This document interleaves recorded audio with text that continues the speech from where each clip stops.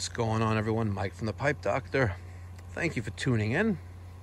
In today's video, we are working on a Jandy JXI400. This is the natural gas model. So the model is JXI400NK. It has the standard, not the Cooper nickel heat exchanger. It has a standard heat exchanger.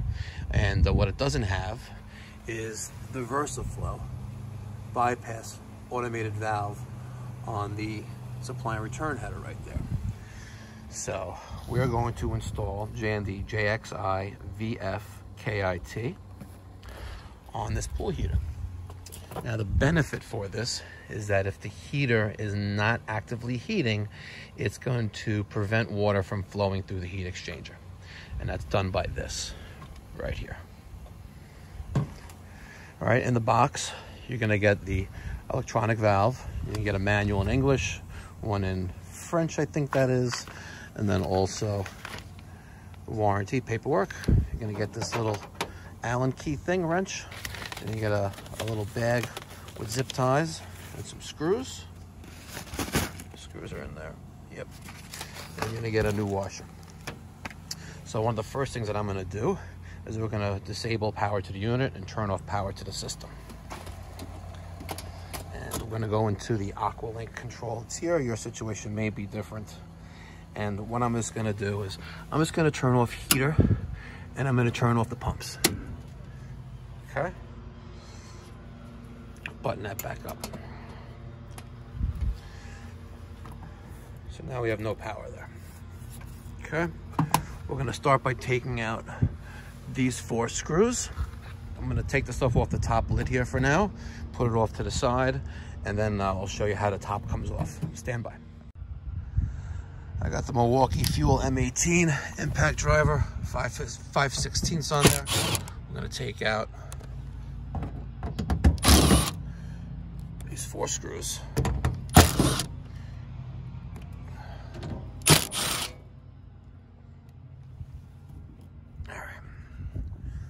Off to the side for right now.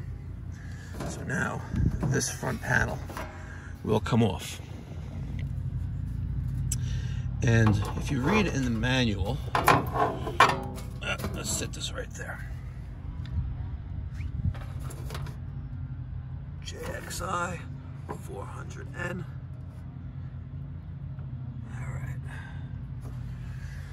Now, one of the things you need to keep in mind is that if you go into the manual,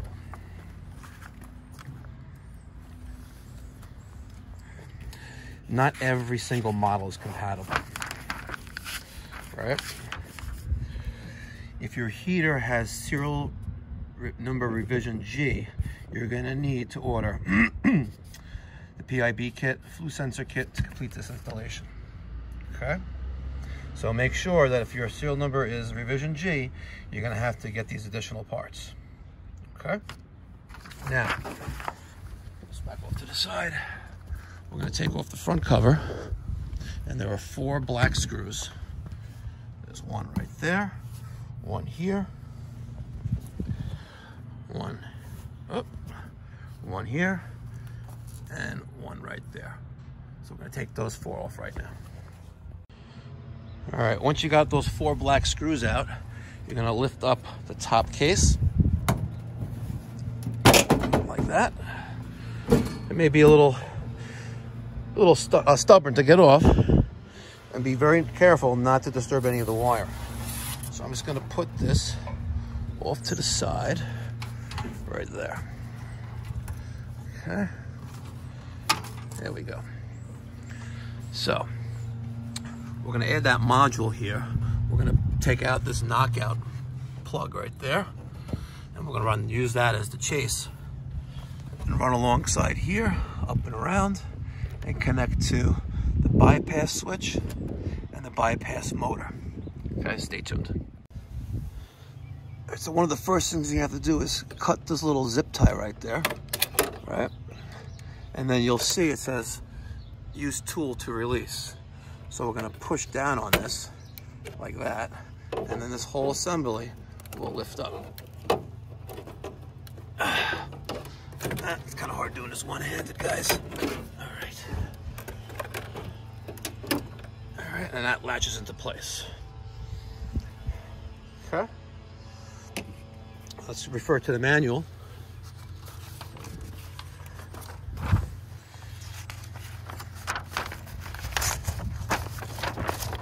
All right, we're gonna, where is it? Already one step ahead of it. All right, that electrical knockout, we're gonna take that out there, and then we're gonna run the wiring along this chase. A little bit of a wind here, but I'll try to do it. It's hard doing one-handed. All right, you'll see that I took out the plastic knockout that was there, and this rubber grommet is already on this wire. So I ran that through there, and now we're through the bottom of the heater. Now I'm gonna run this wire up along here and through this chase to come out right there in this hole. Okay, stay tuned. All right, so there's that wire.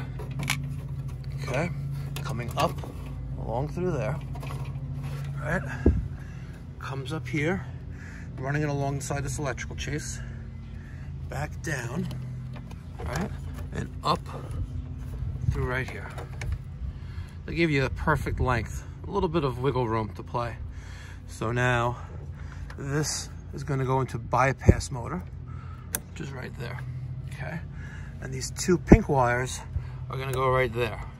Now I find it easier to lower this, lower the control board, and then take a small flat screwdriver, taking out this bypass jumper, and wire these two in.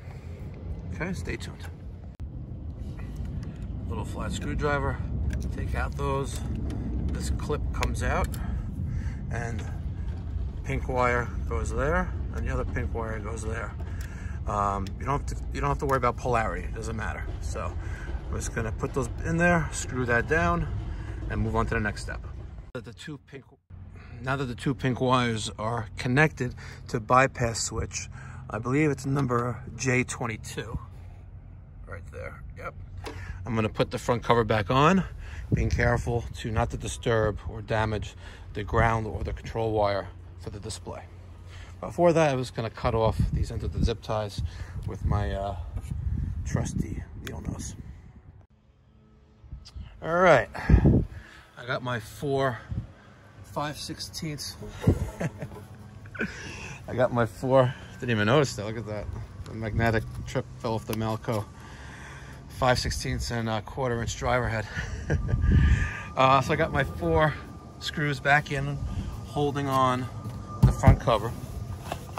Power still not restored yet, but one of the things in the manual Jandy wants you to do is verify that the valve does work, and you have to enable the function in the control. So everything is back except the Versaflo is connected. We're gonna go back to our control, and I'm gonna turn on power to the heater.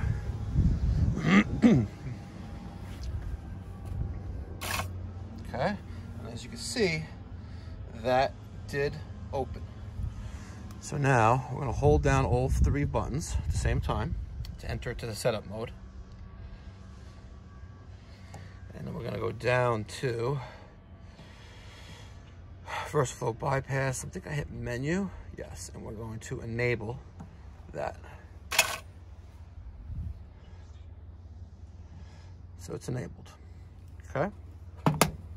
So let's turn back off power. Let's close this back up. So now I know everything in here is fine. We're okay to put the front cover back on.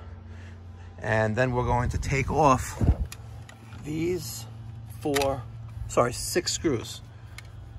1, 2, 3, 4, 5, 6. Okay, again, 5/16. These are silver screws, and I'll show you what we're gonna do with that.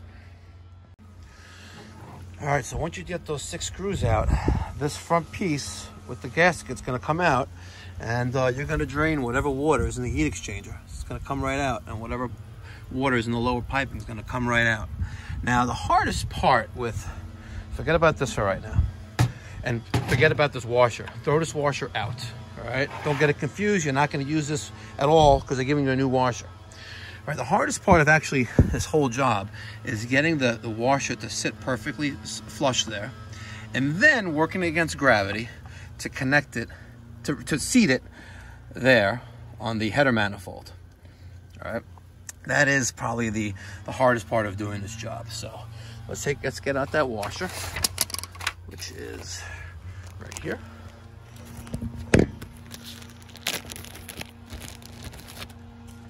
And if you'll notice, right, one side is fatter than the other.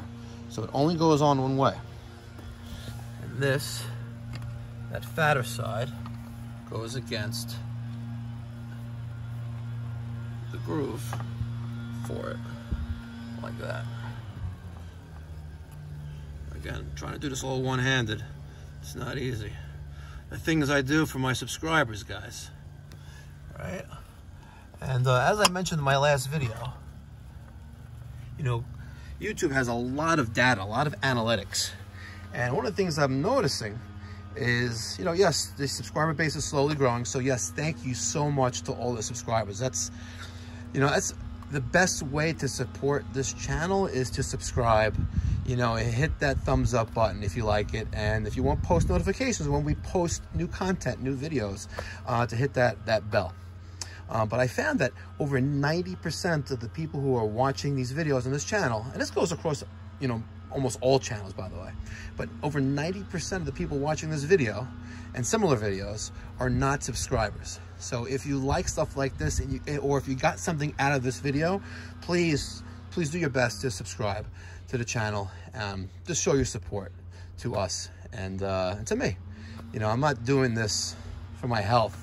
You know, I'm just doing this to share what I love to do, which is plumbing, HVAC, and pool heaters fall into that category. But yeah, so if you haven't done so already, please subscribe. All right, so now we have this washer in place, and we have to get it onto there without it falling off. Okay, and this is gonna be like impossible to do with one hand, but let's see if I can use something here. Like this right there. Maybe. Okay. Now in that brown envelope, this one, I gave you those screws. We're going to use those screws to mount this back into place. So let me just put those right there. I'm going to get my, actually I'm going to get my, long 5/16 driver. All right, and we're gonna try to get this in place without disturbing that washer. All right, I like to do things once, but let's see, it's a little tight here with everything going on, but let's see if we can get this in place. All right, washer's still in. Good. Let's see, right about there. I think we're good. All right, get my nut driver. This is not magnetic, huh? Oh, don't lose the phone.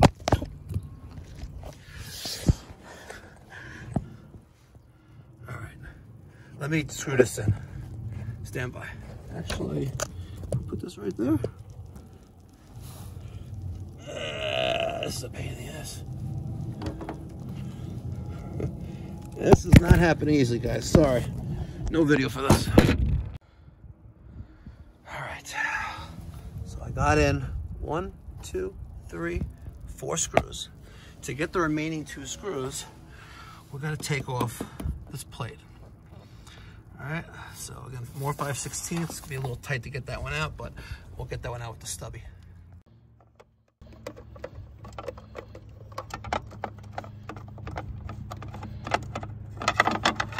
All right. Now, the last 2 screws are right here. All right, you got to start by doing it hand tight first with your hand. All right, like that. And now, you notice, you're not really gonna get that in there. Well, this one I guess you can. Right.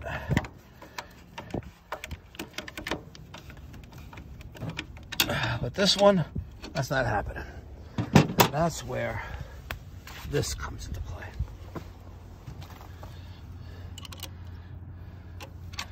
All right, do it nice and easy. You don't want to cross thread it. We aren't going into steel. We're going into a polymer based header. You're gonna get this in nice and snug. All right, so those two screws are on. We can put this plate back on. It would be a good idea to, before you put this on, to check for leaks. However, if I do have a leak, I don't want that electrical control valve to get wet. So I'll put in one screw. My apologies for this all one-handed. I'm not a fucking magician. Okay. Be careful with the tools. So now I'm going to turn on power to the pump. Let's see if we have leaks. Hopefully not.